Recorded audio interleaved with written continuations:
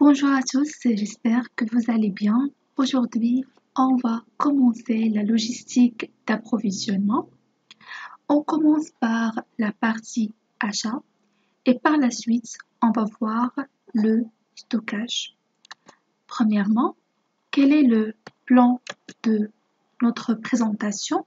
Premièrement, on va voir la définition de l'approvisionnement et par la suite, la définition de l'achat. L'objectif de la fonction achat, qu'est-ce que ça veut dire un cahier de charge, le processus d'achat, les types d'achat et le métier de l'acheteur. Alors, l'approvisionnement. L'approvisionnement en logistique fait référence à la première phase par laquelle passent les produits dans une chaîne logistique. Concrètement, il s'agit de la phase d'achat et de stockage. Alors, l'approvisionnement est le fait d'acquérir le matériel nécessaire à l'activité de l'entreprise et de le stocker jusqu'au début du processus de production ou de commercialisation. En ce qui concerne l'achat, l'achat est l'acquisition d'un bien ou d'un service en contrepartie de paiement de son prix. Toute entreprise, quelle que soit une entreprise commerciale ou non, achète des produits qu'elle revend, qu'elle inclut dans son processus de production ou qu'elle consomme. Alors, le rôle de la fonction d'achat est d'assurer la continuité et la fiabilité des flux de marchandises depuis l'entrepôt de fournisseur jusqu'à la réception par le demandeur. La fonction d'achat a deux objectifs principaux. Alors, la fiabilité des fournisseurs et l'obtention des meilleures conditions de vente, c'est le premier objectif. Alors, son rôle se résume à procurer aux services de production commerciaux ou généraux. Deuxièmement, le produit adapté à leurs besoins, c'est-à-dire le bon produit en quantité et dont la qualité définie, dont le cahier des charges. Donc, la qualité est bien sûr définie dans le cahier des charges et aux meilleures conditions de prix possibles. Qu'est-ce que ça veut dire un cahier de charges?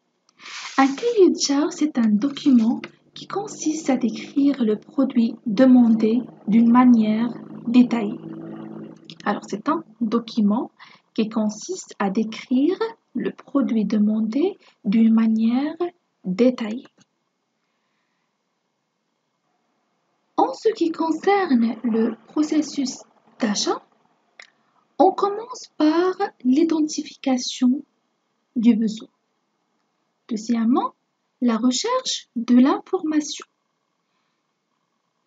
soit en fonction de l'historique de la relation avec les fournisseurs, soit à travers l'appel d'offres.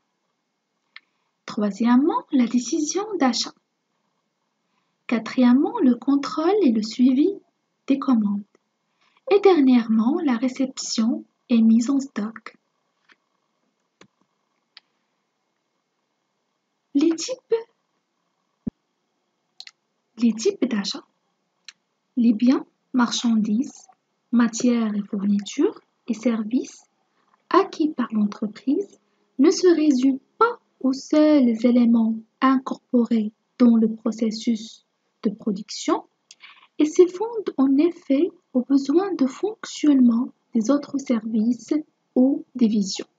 En fonction de la spécificité des besoins, on peut donc établir la typologie des achats suivantes. Les achats de production, par exemple, l'achat des matières premières consommables, des matières premières, par exemple, eau, l'énergie, les ingrédients, métal, etc. Les achats d'investissement. Les achats d'investissement sont liés à la politique d'investissement de l'entreprise. En prenant l'exemple des fournitures d'ateliers d'usine ou par exemple machines-outils, les locaux, Voilà. Et les achats de négoce. Les achats de négoce, ce sont des marchandises achetées pour les revendre directement. Par exemple, les produits alimentaires, les vêtements. Cette pratique, elle est très utilisée dans les centrales d'achat. Et dernièrement, les achats généraux. Alors, pour les achats généraux, liés au fonctionnement de l'ensemble des services de l'entreprise. Par exemple, les produits d'entretien, les fournitures administratives, petits équipements informatiques, les fournitures de bureau, par exemple, voilà, l'emballage, les frais postaux et les frais de télécommunication, les services bancaires. Et maintenant, on va voir le métier de l'acheteur. L'acheteur agit en amont, recherche les fournisseurs, évalue et sélectionne les offres. Sur la base de la politique achat, il choisit l'incoterm, le mode de transport principal, les partenaires, c'est-à-dire les transitaires, les transporteurs. Il convertit la demande d'achat en commande d'achat. Elle transmet le bon de commande au fournisseur et assure le suivi de la commande jusqu'à la livraison au lieu convenu. Alors, l'acheteur élit entre l'entreprise et le marché amont. Elle lance l'appel d'offres. L'appel d'offres, il y a trois types d'appels d'offres. L'appel d'offres dépend, le type d'appel d'offres dépend de la stratégie de l'entreprise. Il y a l'appel d'offres moins de 10 ans. Alors, l'appel d'offres moins 10 ans, elle consiste à choisir le prix le plus bas et il y a l'appel d'offres le mieux 10 ans. L'appel d'offres le mieux 10 ans prend en considération le rapport qualité-prix et il y a l'appel d'offres négocié.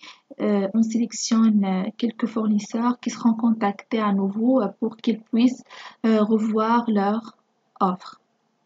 Alors, le métier de l'acheteur est un négociateur. Il achète toute la matière première nécessaire pour l'entreprise. Il doit être polyvalent. Il doit travailler en coordination avec les autres départements.